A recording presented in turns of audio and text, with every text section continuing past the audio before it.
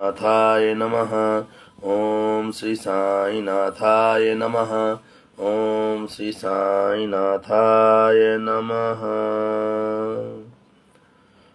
मैं सत्यवीर वर्मा साईं बाबा को और साईं भक्तों को साष्टांग प्रणाम करता हूँ। मेरा प्रणाम आप स्वीकार करें। साईं प्रेमियों, हम श्री साईं सरोवर पार्ट 1 पढ़ रहे हैं। बाबा की आज्ञा अनुसार उसका पठन वाचन चल रहा है। बाबा से यही प्रार्थना करते हैं कि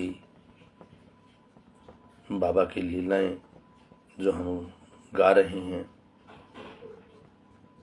वो जन जन तक पहुँचे। बाबा सबको आशीर्वाद बनाए रखें अपना। जिज्ञासा आज 24वीं है। उसको शुरू करने से पहले हम बाबा का मंत्र जाप करेंगे। ओम श्री दत्तात्रेयाय विद्महे श्री अत्रिपुत्राय धीमहि तन्नो श्री दत्तः प्रचोदयात्। ओम श्री शिरडीवासाय विद्महे श्री सच्चिदानंदाय धीमहि तन्नो श्री साई प्रचोदयात्। ओम श्री मांदीवासाय विद्महे श्री सच्चिदानंदाय धीमहि तन्नो श्री बाबा कुलडानाथ महाराज प्रचोदयात्। ओम सूक्ष्म शरीराय विद्महे श्री कुलदेवताय धीमहि तन्नो श्री पितृ बाबा महाराज प्रचोदयात्। ओम नमः शिवाय शिवजी सदा सहाय। ओम नमः शिवाय गुरुजी सदा सहाय। साईं के प्यारों, श्री साईं सरोवर जिज्ञासा 24 का शुभ आरंभ करने से पहले श्री लेखक महोदय ने भगवान के श्री चरणों में अपने शब्द रूपी जो माला पिरोई हुई है वो भगवान के श्री चरणों में प्रार्थना अर्पित कर रहे हैं। अपने मनों के भावों को अर्पित कर रहे हैं इस जिससे कि ये ग्रंथ निर्विघ्न पूर्ण हो। तो वो प्रार्थना इस प्रकार है। ओम श्री साई नाथाय नमः। श्री साई सरोवर ग्रंथ के प्रथम चरण की 24वीं जिज्ञासा का शुभ आरंभ करने से पहले गिरजानंदन गणपति जी को मैं नमस्कार करता हूँ। विद्या की देवी सरस्वती जी एवं माँ जगदम्बा को मैं नमस्कार करता हूँ। भगवान दत्तात्रेय के प्रत्येक स्वरूप को मैं नमस्कार करता हूँ। मेरे गुरु महाराज जी श्री बापू महाराज टाट को मैं नमस्कार करता हूँ। सच्चिदानंद सत्स्वरूप परम ब्रह्म परमात्मा श्री साईं बाबा को कोटि कोटि वंदन करते हुए उनके चरणों में अपना मस्तक झुकाकर मैं नमस्कार करता हूँ। भक्तराज मालसापति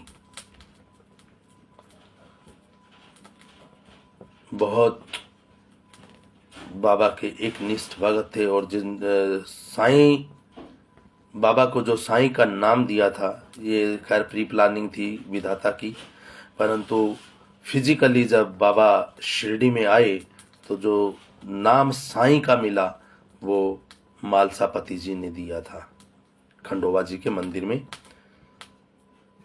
पढ़ते हैं, उनके जीवन चरित्र के बारे में जानने की कोशिश करते हैं। बड़ा सौभाग्यशाली भक्त था बाबा का ये भक्तराज मालसापति जी, जो कि बाबा ने जो भी सेवाएं लेनी थी वो ज़्यादातर इन्हीं से ली। चाहे वो बैतर घंटे की समाधि ली हो या गले पर त्रिपुंडाकार लगाना हो, बाबा ने इन्हीं की सेवा स्वीकार की थी सबसे पहले। तो इनके बारे में जानते हैं लेखक महोदय ने क्या क्या संजोया है शब्दावली में, वो पढ़ते हैं। हे साईनाथ, इस पृथ्वी पर के सभी जीवात्मा आपको प्रिय हैं। आप अत्यंत दयालु हो। आप सभी को एक समान प्रीत करते हो, प्यार करते हो, प्रेम करते हो, एक जैसा ही सबको समझते हो। चाहे वो मानने वाला हो, चाहे वो ना मानने वाला हो, चाहे कोई आपका सम्मान करने वाला हो, चाहे कोई आपको अपमान करने वाला हो। चाहे आपकी आरती उतारने वाला हो, चाहे आपको गालियां देने वाला हो, आप सबसे एक समान प्रीत करते हैं। आप इतने दयालु हैं। विषय लोलुपता में फंसा मनुष्य अज्ञानतावश अहंकार करता है। हे बाबा, मैं आपका भक्त हूं, आपका दास हूं। बाबा, आप सर्व अंतर्यामी हो। बाबा, जो आपकी भक्ति करते हैं ना, जो दिन में एक बार भी साईं का उच्चारण करते हैं, उन साईं भक्तों के चरणों में मस्तक झुकाता हूं मैं। जो तेरी पूजा करते हैं, मैं तो उनका भी दास हूं। मैं तो उनके श्री चरणों में भी अपना मस्तक श्रद्धा के साथ झुका रहा हूं बाबा। बाबा के अनन्य उपासक भक्तराज मालसापति के चरण की रज मस्तक पर लगाकर मैं बाबा का गुणगान करता हूं। इतने सौभाग्यशाली, इतने बड़े भक्त, मैं क्या कहूं, शायद ये कृष्ण के यही सुदामा थे, क्योंकि अपना जो जीवन है मालसापति जी के रूप में जो फिजिकल आई थी ये आत्मा, इन्होंने बड़े संघर्षपूर्ण जीवन जिया है, परंतु बहुत सौभाग्यशाली थे कि बाबा के साथ सोने का भी इनको सौभाग्य प्राप्त हुआ था। तात्या कोथे पाटिल और मालसापति और साईं बाबा द्वारका माई में एक साथ सोते थे, एक दूसरे से पैर लगा के। ये बाबा ने अपने पास से ना तो कभी अपनी दक्षिणा में से इनको दिया और ना किसी से लेने दिया। इनका जो गुजारा था वो कैसे चलता था वो बाबा जाने या वो जाने। बड़ा कठिनाई से गुजारा होता था इनका, गरीबी में गुजारा, मगर गरीबी अव्वल बादशाही, अमीरी से लाख सवाई। तो ये बाबा ने बोला है, बाबा ने इनको चुना अपनी भक्ति के लिए, त्रिपुंडाकार लगाने के लिए। ये वही मालसापति हैं जिन्होंने बाबा को साईं नाम दिया था।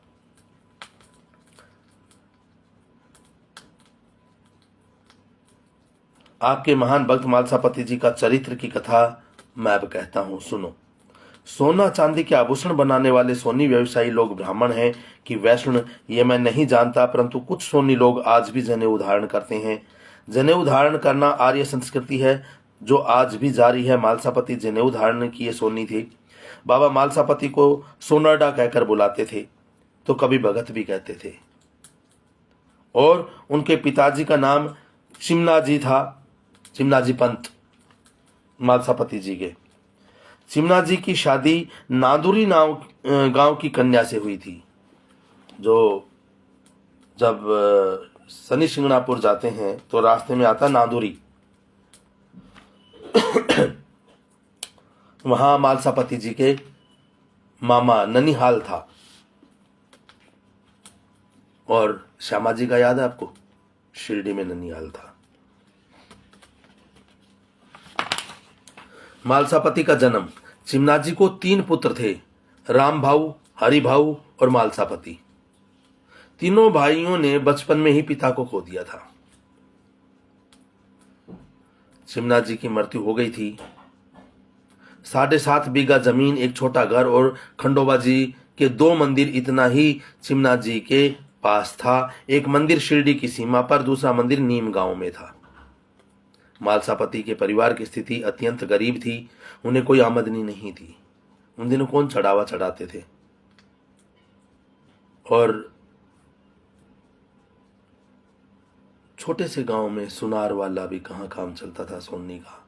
हीरा जवाहरात कौन इतना बनवाएगा, गरीबी वैसे थी, अंग्रेजों का शासन था, तो कहाँ से इतनी अमीरी आएगी। खंडोबा उनके कुल देवता थे। परिवार के सभी खंडोबा की उपासना करते थे। मालसापति की एक रिश्तेदार गंगूबाई बहुत कपटी और लालची थी। उसने बचपन में ही अनाथ हुए तीनों भाइयों को 7.5 बीघा जमीन और नीम गांव का खंडोबा मंदिर की पूजा का हक अपने हाथों में ले लिया। अर्थात कपट से सब छीन लिया था, जिसके कारण मालसापति के परिवार की स्थिति और भी ज्यादा खस्ता हो गई, और भी ज्यादा दीन हो गए। समय प्रतिकूल नहीं ऐसा समझते हुए मालसापति ने धंधे में मन लगाया, लेकिन धंधा उनका सफल न रहा और थोड़ा कुछ जो था वह भी असफल धंधे में चला गया। अब बिल्कुल सवेरे खाया तो शाम की आशा नहीं थी। एक बार सौपन में खंडोबा के दर्शन दिए खंडोबा जी ने और मालसापति से कहा, तुम्हें धन दे की क्या जरूरत, क्या मैं तुम्हारा पेट नहीं भरूंगा। मालसापति के मस्तक पर हाथ रखा और आशीर्वाद दिया। बस फिर मालसापति ने धंधा संपूर्ण बंद कर दिया और भिक्षा पर निर्वाह शुरू कर दिया। अब जो मंदिर में किसी ने चढ़ा दिया, खा लिया, भीख मांगी, खा लिया, वो पूर्णतया अब दूसरों पर आश्रित हो गए। या बाबा कैसे उनके पास पहुंचेंगे, बाबा कैसे उनको खिलाएंगे।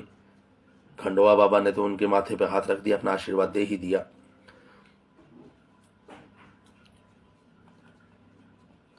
भिक्षा मांगना एवं साधु संतों की सेवा करना यही जीवन का ध्येय बना लिया था मालसापति जी ने। अपने भक्तों का कल्याण करने वाले साईं बाबा ने गंगूबाई को सद्बुद्धि दी। वो बाई चिमना जी की छीन ली गई जमीन और नीमगांव का खंडोबा मंदिर की पूजा वापस दे दी।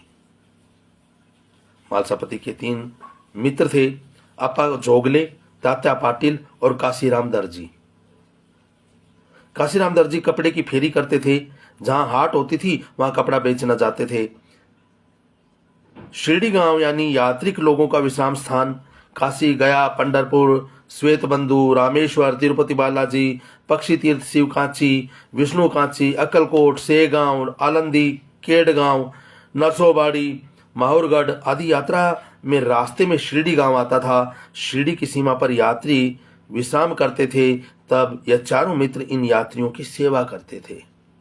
काशीराम दर्जी, तात्या कोते पाटिल और जोगले साहब मालसापति, ये चारों जो भी यात्री आते थे उनकी सेवा में लग जाते थे।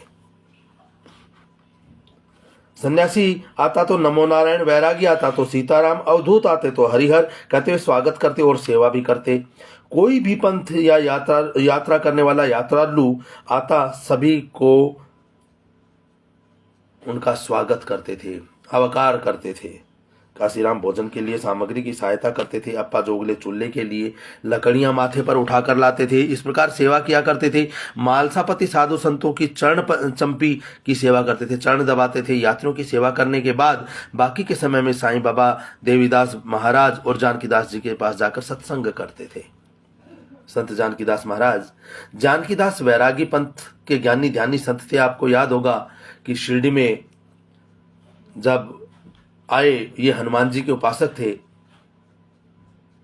जानकीदास जी महाराज सुडौल थे और छोटी उम्र के थे, मगर जब उन्होंने बाबा को देखा तो उन्होंने अपना विश्राम स्थान ये शिरडी ही बना लिया कि नहीं, जब यहाँ पे परम ब्रह्म है, मैं काशी मथुरा क्या जाके करूँगा, जब मालिक ही यहीं बैठा है। तो वो यहाँ पे शिरडी में ही रुक गए थे। अगर आपको याद हो, हमने पीछे चर्चा करी थी, वो संत जानकीदास और हनुमान जी के मंदिर में रहते थे, बालाजी के मंदिर में ये रहते थे। जानकीदास वैरागी पंथ के ज्ञानी ध्यानी संत थे।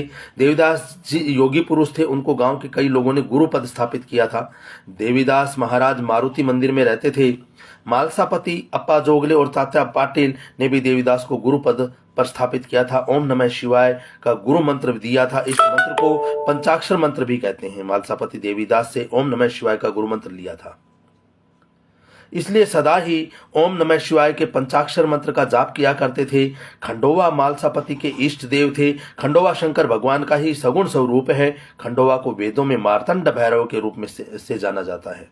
काशीराम दर्जी ने जानकीदास महाराज से गुरु मंत्र लिया। जानकीदास महाराज ने राम रमेती मंत्र दिया। सबको अलग अलग मंत्र दिया था, जो जैसा है उसको वैसा ही दे दिया। जानकीदास जी ने काशीराम दर्जी को भगवान विष्णु का, राम का मंत्र दिया, राम रमेती, और मालसापति को दिया ओम नमः शिवाय। और भोजन करने से पहले चींटियों को आटा या चीनी डालने का नियम लेने की आज्ञा की थी। इसलिए काशीराम जहां भी जाते थे चीनी ले जाते थे और भोजन से पहले चींटियों को चीनी डालते थे। बाबा भिक्षा मांगने जाते, यह देख काशीराम को बहुत दुख होता था। मेरा नाथ तीनों लोगों का स्वामी भिक्षा मांगे, यह देखकर काशीराम की आंखों में आंसू आ जाते थे। जो तीनों लोगों का मालिक है वो भीख मांगने जा रहा है। थोड़ा सा स्वाभिमानी भी थे काशीराम दर्जी, और थोड़ा सा ये भी बाबा पे अपना मैत्री संबंध रखते थे बाबा के साथ, तो उनको बहुत बुरा लगता था कि ये है और ये भीख मांगने जा रहा है, अच्छा नहीं लगता, इसको मैं देता हूँ पैसे। तो थोड़ी सी ये बातें शायद आगे आएंगी, ये बातें। तो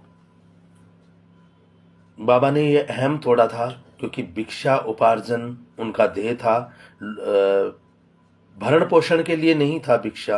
ये काशीराम जी क्या जाने, थे बहुत सौभाग्यशाली जो बाबा का सानिध्य प्राप्त हुआ, परंतु बाबा की लीलाएं हर आदमी के बस की नहीं है जानना।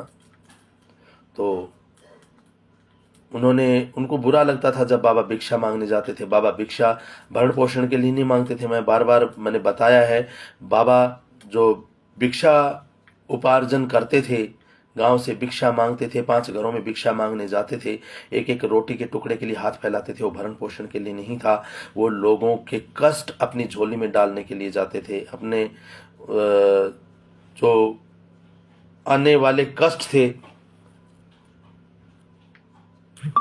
भक्तों के, जो इस समय चल रहे थे कष्ट, वो कष्ट जो बीत गया वो तो बीत ही गया, वो अपनी झोली में डाल लेते थे। किसी का बहुत कष्टदायी हो, शारीरिक मानसिक जो कष्ट होते थे, वो सूखे के रूप में अपनी झोली में डाल लेते थे। और जिनका लिक्विड जो भौतिक तकलीफ होती थी, वो लिक्विड मनी पैसा, वो तकलीफ होती थी, वो लिक्विड रूप में अपने टमरेल में डाल लेते थे तकलीफों को। हम तो समझते हैं कि भिक्षा मांगने जाते थे, वो भिक्षा नहीं मांगते थे। किसी की रुकावटें आ रही थी पैसे को लेके, तो उनसे वो तरल पदार्थ ले लेते थे जो टमरेल में डालते थे। जिनके शारीरिक मानसिक और जो ऐसे कष्ट होते थे, वो झोली में सूखी भिक्षा के रूप में ले लेते थे वो दुखों को। और जो कुछ ऐसे कष्ट होते थे जो असहनीय पीड़ा देने वाले, दर्द देने वाले कष्ट थे, वो खुद स्वयं अपने शरीर पर ले लेते थे। तो ये जो भिक्षा थी, ये कोई, मैंने बार बार बताया है, कोई नॉर्मल भिक्षा नहीं थी। ये कोई आज जो लोग भिक्षा मांगते हैं वो वाली भिक्षा नहीं थी। इस भिक्षा में बहुत फर्क है। आप जितना गहराई से सोचेंगे इस भिक्षा के विषय में, आप उतने ही गहराई से जान पाएंगे कि बाबा का भिक्षा मांगना कितना उचित और अर्थपूर्ण था। काशीराम दर्जी को बहुत बुरा लगता था जब भिक्षा मांगने को जाते थे। मेरा नाथ 3 लोगों का स्वामी है, भिक्षा मांगे देख काशीराम की आंखों में आंसू आ जाते थे। बाबा ने प्रथम काशीराम से ही दक्षिणा लेना शुरू किया था। काशीराम दर्जी बाबा की कफनी सिलाई कर देता था, दिया जलाने के लिए तेल का पैसा देता था। इन सभी कर्मों को काशीराम दान धर्म समझता था। काशीराम को मन ही मन ऐसा था कि मैं दानवीर हूँ। मैंने भी बताया कि मैं ही दानवीर हूँ, तो बाबा इनका घमंड भी तोड़ेंगे, क्योंकि साईं बाबा जैसा समर्थ पुरुष किसी की नहीं, लेकिन मेरी दक्षिणा स्वीकार करते हैं। मैं तो कर्ण समान हूं, मैं साईं बाबा की कृपा का पात्र हूं। ऐसा गर्व से वो बाबा को कई बार देखते थे और मन ही मन खुश होता था। मैं देता हूं और बाबा लेते हैं, भाव दिल में रहता था। काशीराम के गर्व का खंडन। काशीराम को साईं बाबा जैसे सदगुरु मिले थे, फिर भी वो अज्ञान रूपी अंधकार में थे। थोड़ा सा अज्ञान था। जो बाबा को पाना चाहते हैं उनमें लेस मात्र भी ढूंढने पर भी कोई अहम भाव नहीं होता। मगर काशीराम जी को थोड़ा सा अहंकार था कि मैं दानवीर हूं, मैं बाबा को देता हूं, मैं करता हूं जो बाबा के लिए करता हूं। बाकी बाबा तो किसी की दक्षिणा भी नहीं लेते, और मेरे से बाबा दक्षिणा लेते हैं, क्योंकि मैं दानवीर हूं। जो बाबा मांगते हैं मैं दे देता हूं। एक तरफ तो कह रहे हैं कि वो त्रिलोक का स्वामी है, दूसरी तरफ सोच रहे हैं कि वो भिखारी है और मैं दान देने वाला हूं। तो थोड़ा सा वो अंधकार में थे। उस अंधकार का कैसे बाबा खंडन करते हैं, उस अज्ञान को, उस अंधेरे को बाबा कैसे मिटाते हैं, वो हम देख रहे हैं। अज्ञान से अहंकार उत्पन्न होता है। काशीराम को अपने कर्मों का गर्व था। इस संसार में कई ज्ञानी, तपस्वी, कवि, पंडित, जोगी, गुणी जनों की पंक्ति में माने जाते, ऐसे विद्वान भी अहंकार से बच ना सके। मेरा प्यारा साईं दया का सागर है।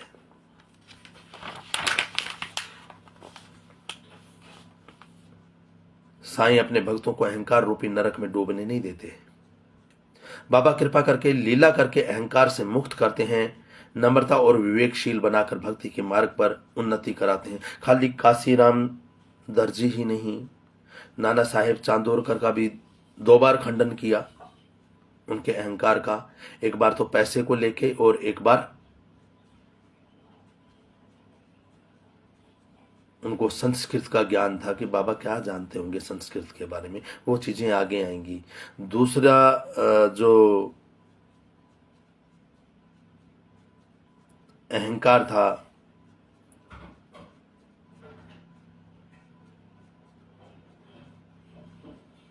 कई लोगों का अहंकार दूर करा है उन्होंने। नाना साहेब चांदोरकर का किया, काशीराम दर्जी का किया, है ना। आगे आएंगे, हम पढ़ते जाएंगे। हेमाड़ पंथ का किया। हेमाड़ पंथ को तो इतना घमंड था कि बाबा ने उनको नाम हेमाड़ पंथ दिया, जबकि उनका नाम दाभोलकर है। मगर बाबा ने हेमाड़ पंथ से उनको विभूषित किया, उनको उपमा दी, उनको ये नाम दिया हेमाड़ पंथ, जो अपभ्रंश है हेमाद्री पंथ का, वो साईं सच्चरित्र में है। और यहाँ पे अगर लेखक महोदय ने हेमाड़ पंथ का जीवन चरित्र लिखा है, उसमें कहीं ना कहीं वो भी आएगा। हम आगे चर्चा करेंगे उसके विषय में।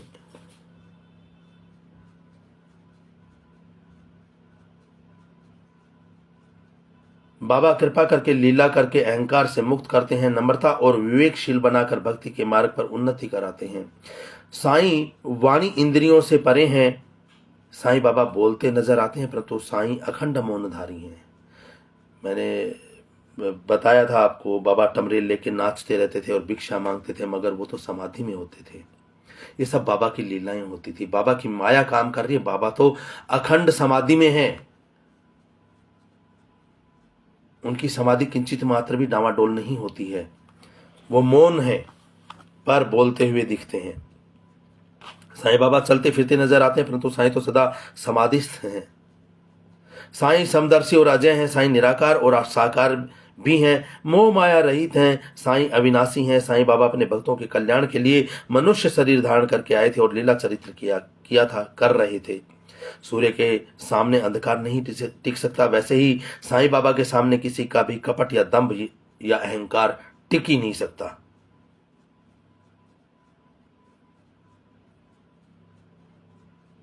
छिप नहीं सकता बाबा से। सूर्य के सामने अंधेरा कैसे टिक सकता है। काशीराम के हृदय में जो अभिमान था वो नष्ट करके उसका कल्याण करने के लिए बाबा ने लीला रची। बाबा श्री बारंबार काशीराम दर्जी से दक्षिणा मांगने लगे। दक्षिणा दे, दक्षिणा दे, यह दे वो दे, जो मांगू वह दे, बस दे और दे। तुझे पुण्य चाहिए ना, मेरे को दे। बाबा आप तो दानवीर है ना, बाबा ने बोला आप तो बड़े दानवीर हैं, मैं जो मांगू वह दे। बाबा ने लगातार 15 दिन तक काशीराम के पास ये दे वो दे, ये दे वो दे करते ही रहे। काशीराम दर्जी की हालत ऐसी हो गई कि अब बाबा को कुछ देने की क्षमता ही नहीं रही। अब क्या दूं, कुछ है ही नहीं।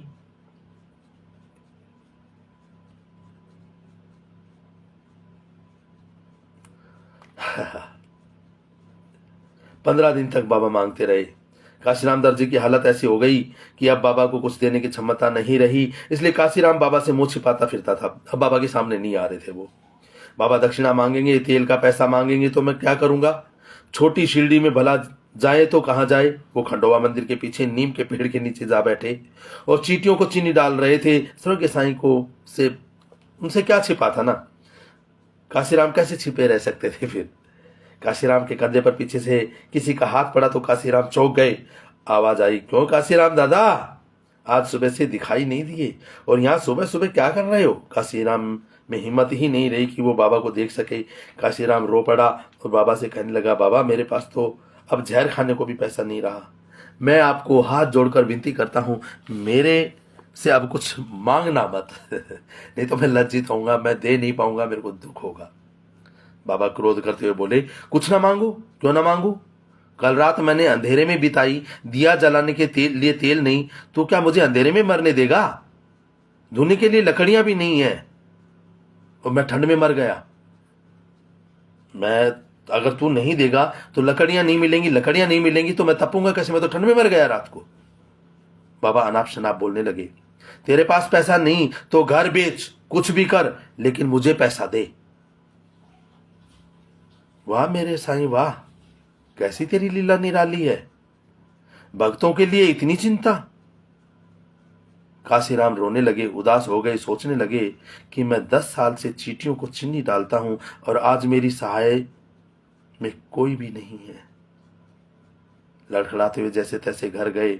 एकादशी का दिन था, मंगलवार के दिन नादर गांव में हाट बाजार लगना था कि चलो आज मैं कपड़े बेच के आऊंगा। काशीराम ने कपड़े की गठरी उठाई और निकल पड़े हाट में कपड़ा बेचने। तब के जमाने में 5-10 रुपया धंधा हो जाना बड़ी बात हुआ करती थी। बाबा की लीला न्यारी है। 5-10 रुपया नहीं, 25-30 भी नहीं, परंतु 80 रुपए का धंधा हुआ। 80 रुपए का धंधा हुआ। तेरी लीला न्यारी है बाबा। बाबा आज अपने प्यारे भक्त को अहंकार के मार्ग पर जाने से रोकना था और भक्ति मार्ग पर उन्नति करनी थी उसकी, तो बाबा ने ऐसी लीला रची। काशीराम दर्जी नादर गांव से घर तरफ जा रहे थे। चलते सोचने लगे, हाँ आज बाबा के सामने पैसा का ढेर कर दूंगा, तब बाबा का गुस्सा शांत हो जाएगा, बाबा मुझ पर प्रसन्न होंगे और आने वाले 2-3 महीने तक बाबा मुझसे कुछ ना मांग सकेंगे। काशीराम ने 80 रुपए धोती की किनारी में बांधकर कमर में धोती की किनारी को अंटी लगा ली, गांठ बांध ली। काशीराम को चलते चलते संध्या हो गई, शाम हो गई। धीरे धीरे अंधकार होता जा रहा था। दक्षिण दिशा से लोमड़ी की आवाज आ रही थी। काफी तेज हवा चल रही थी। काशीराम की बाईं आंख फड़फड़ा रही थी, जिसे अपशगुन मानकर वो डर गए। काशीराम अपनी धुन में चले जा रहे थे। चलते चलते अचानक रास्ता चूक गए और गलत रास्ते पर चलने लगे। वो रास्ता तो चीतली के घने जंगल की ओर जा रहा था। जैसे जैसे काशीराम आगे बढ़ते गए, जंगल की भूल भुलैया में जाकर काशीराम को ख्याल आया कि शायद मैं गलत रास्ते पर चल पड़ा हूँ। काशीराम को वापस पलटकर लौटना भी व्यर्थ लगा, इसलिए बाबा का नाम सिमरन करते हुए आगे बढ़ रहे थे। रात्रि के सन्नाटे में उल्लू की डरावनी आवाज, सूखे पत्तों की आवाज एवं लोमड़ी की आ रही थी आवाज, यह सब कुछ डरावना था। काशीराम का शरीर कांप रहा था। वो अंधकार में आगे बढ़ते जा रहे थे। रात हो गई। जंगल का जैसे तो काशीराम को अंधकार में चलने की आदत थी, चलते थे, क्योंकि शिरडी जैसे छोटे गांव में कभी भी अंधेरा हो जाता था तो लालटेन के बिना भी काशीराम निकल पड़ते थे। जैसे कभी कोई बीमार हुआ तो काशीराम रात्रि में अंधकार में जाते ही थे। काशीराम को अंधकार में चलने की आदत तो थी। अमावस्या नजदीक थी तो रात्रि का अंधकार भी बहुत ज्यादा ही था। चंद्र की चांदनी नहीं के समान थी। ऐसी रात्रि में दूर घने पेड़ों के अंदर से मानव आकृति सामने आती नजर आ रही थी। जैसे वे आकृतियां करीब आई तो दिखाई दे रहा था कि उन सभी की धोती पहनी हुई थी। उनके चेहरे नकाब से ढके हुए थे। डाकू लोग थे। हाथ में तीर, भाला, खंजर और कुल्हाड़ी जैसे घातक हथियार देख काशीराम समझ गए कि ये तो लुटेरे हैं, आज तो तू गया। अचानक आवाज आई, देख क्या रहा है, चल जो भी है वो दे, वरना। ये कुल्हाड़ी काशीराम ने कांपते हाथों से दिन भर की कमाई 80 रुपए थी, वह दे दिए। काशीराम बोले कि ले भाई, सब ले लो। इतने में ही एक लुटेरे की नजर छोटी सी पोटली गठरी पर गई और काशीराम को कहा, ला दे, ये इसमें क्या छुपा रखा है। काशीराम ने कहा, अरे भाई ये चींटियों को डालने के लिए चीनी है और कुछ नहीं। लेकिन लुटेरे को विश्वास नहीं हुआ तो काशीराम के ऊपर हमला करने के लिए आगे बढ़े। मेरे प्यारे साईं द्वारका माई में भक्तों के साथ बैठे थे। भला बाबा से ये अनजान नहीं था। बाबा अचानक अपने आसन से उठ गए और रौद्र स्वरूप धारण करके द्वारका माई की दीवार पर एक खंबे पर डंडा मारने लगे और ऊंची आवाज में जैसे ही कि किसी को आदेश दे रहे हो वैसे बोलने लगे, चली जा, मेरे पास ना, अगर आई तो धूनी में डालकर भस्म कर दूंगा, भागो यहां से। साखर खा खा के तगड़ी हो गई हो। साखर मतलब चीनी।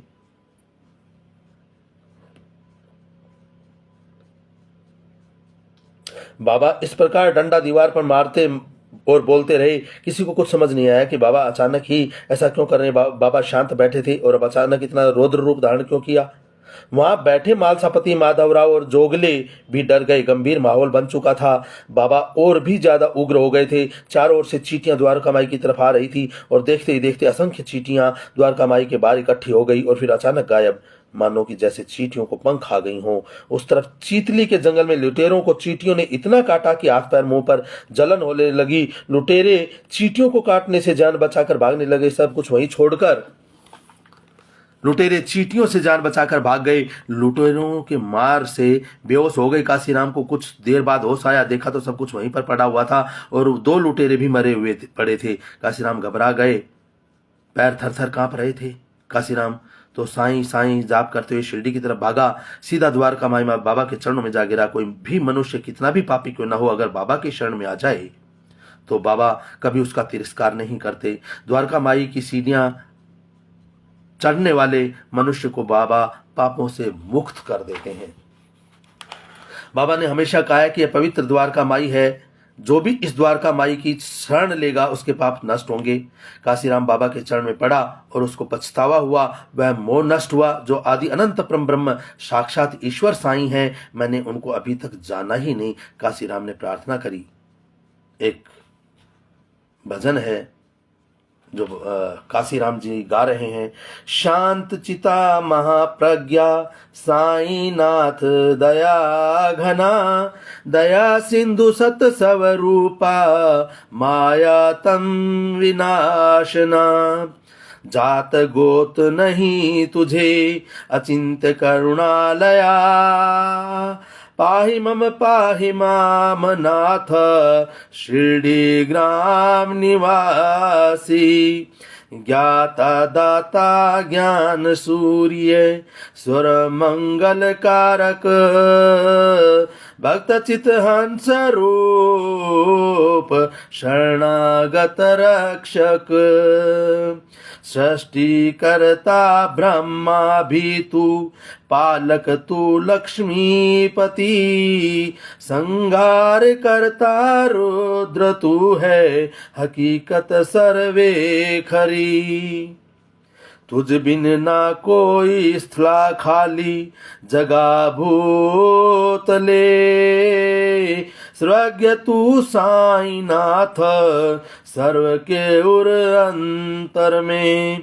क्षमा मुझ अपराधों की करता यह प्रार्थना, निवारना शीघ्र मोजा अभक्ति शंका तना।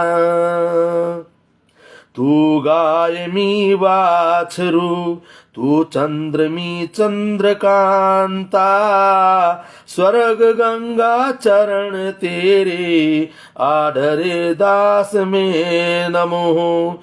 दर सिर पर मेरे पूर्ण कृपा का हाथ तेरा, निवारना मुझ शोक चिंता साष्टांग नमन साईं तुझे। पूजा के अंत में नित्य स्तुति का हृदयपूर्वक गान करना चाहिए। बाबा अभिमान रहित, निश्चल और निस्वार्थ प्रेम करने वाले आत्मा बना देंगे। काशीराम पर साईं की कृपा उतर आई थी। जब बाबा की कृपा उतर आए तो फिर बात ही क्या है। साईं बाबा के चरण में गिरे काशीराम के माथे पर हाथ रखते हुए बाबा ने कहा, प्रभु तेरा कल्याण करेगा। मेरा राम तेरे को आशीर्वाद दे रहा है। तू, क्योंकि जानकीदास जी ने उन्होंने राम रमेती का मंत्र जो दिया था, राम के उपासक थे और बाबा को राम के रूप में ही देखते थे। तीनों लोगों के स्वामी के रूप में देखते थे बाबा को वो। और मालसापति त्रिपुंडाकार लगाते थे, बाबा को शिव का रूप मानते थे, खंडोबा जी का रूप मानते थे, मार्तंड भैरवनाथ के रूप में देखते थे। साईं शरण में आने वाला मनुष्य चिंता मुक्त हो जाता है। काशीराम को बाबा के वचन से शांति मिली। जो 2 लुटेरे चीतली के जंगल में मर गए थे वो बहुत ही खूंखार कान्हा भील नाम का लुटेरा था, जिसको पकड़ने के लिए सरकार ने आकाश पाताल एक कर रखे थे। जब चीतली के जंगल में कान्हा भील मरा हुआ मिला तो कान्हा भील को मारने वाले काशीराम दर्जी को शिरडी से ढूंढ निकाला और मुंबई गवर्नर ने काशीराम का सम्मान किया, बहादुरी के प्रतीक के रूप में तलवार भेंट की थी। तब यह पंक्ति भी सार्थक है। धर्म ध्वजा धन धान्य तू देता पल में साई, महीपति दे मुख मान तेरे नाम थकी साई। काशीराम दर्जी की मृत्यु ईस्वी संवत 1908 में पुणतांबे में हुई थी। काशीराम दर्जी का बेटा बाला दर्जी और बाला दर्जी का बेटा रंगनाथ था। ये बाला दर्जी का भी एक प्रसंग आता है कि उनके बीमारी हो गई थी तो बाबा ने कहा कि लक्ष्मी मंदिर के पास जाके काले कुत्ते को भात खिलाओ, चावल खिलाओ, तुम्हारा दुख दर्द दूर होगा, दही चावल खिलाओ। तो इनका भी बड़ा सुंदर चरित्र है जो आगे आएगा बाला दर्जी का। और बाला दर्जी का बेटा था रंगनाथ। बाबा श्री के समाधि मंदिर में बाबा के दरबार बनकर सुबह दोपहर शाम को छड़ी पुकारने का सौभाग्य इस काशीराम दर्जी के वंशज को है। आज भी जो एक बाबा की आरती के पश्चात करते हैं ना, ओम राजाधिराज योगी राज परम ब्रह्म श्री सच्चिदानंद समस्त सदगुरु श्री साईनाथ महाराज की जय। जो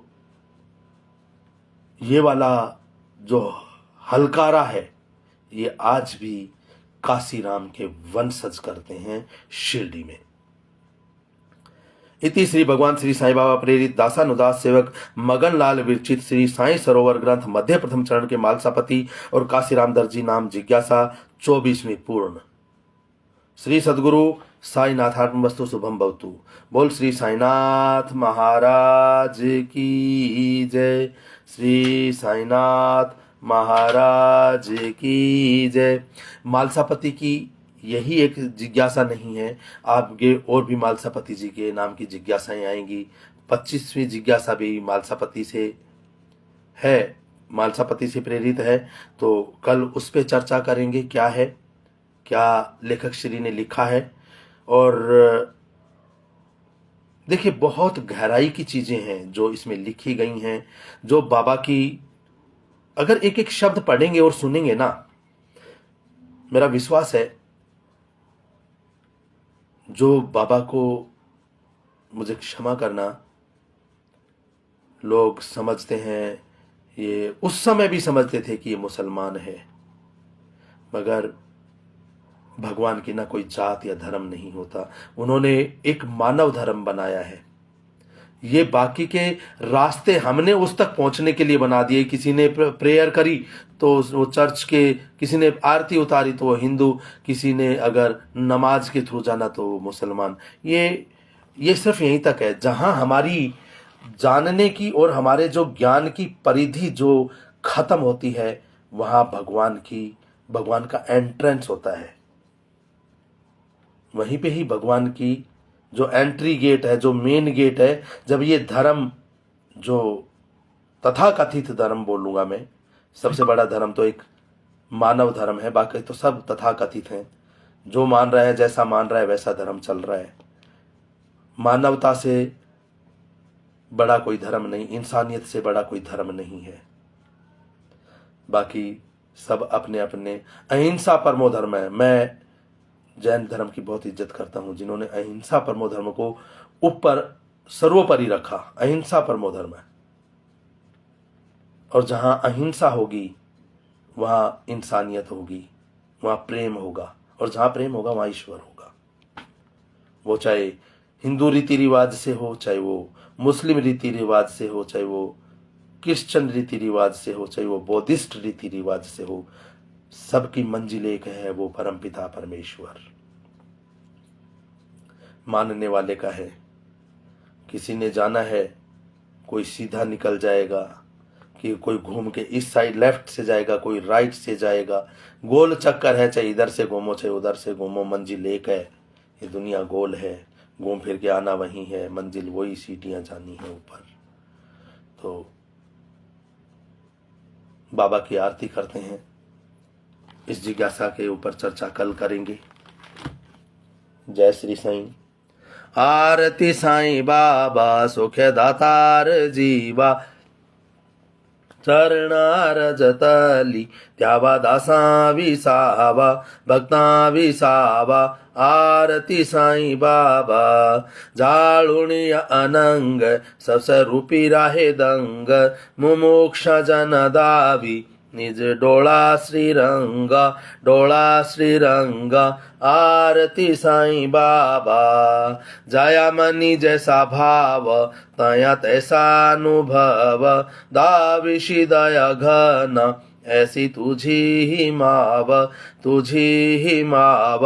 आरती साईं बाबा तुमचे नाम ध्याता, हरे संश्रुति व्यथा, अगाध तव करणी मार्ग दाविशिया नाथा, दाविशिया नाथा। आरती साईं बाबा कलयुगी अवतार, सगुण ब्रह्म संचार, अवतीर्ण झाला से स्वामी दत्त दिगंबर, दत्त दिगंबर।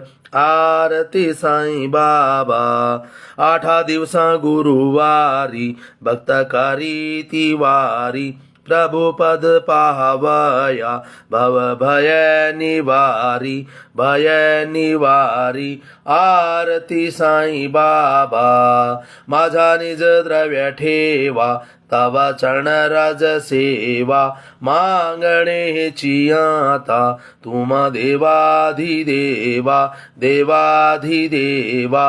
आरती साईं बाबा इच्छित दिन चातक, निर्मल तोय निज सुख, पाझावे सत्यवीर्या, संभाळ आपुली भाक, आपुली भाक।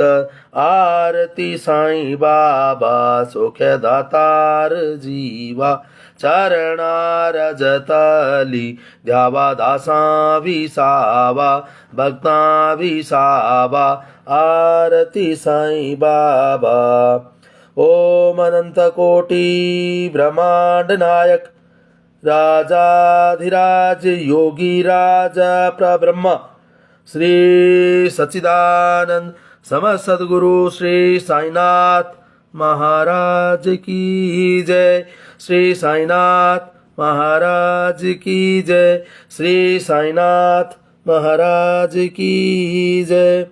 कर्पूर गौरम करुणावतारम, संसार सारम भुजगेंद्रहारम, सदा वसंतम हृदयारविंदे, भवं भवानी सहितं नमामि, भवं भवानी सहितं नमामि।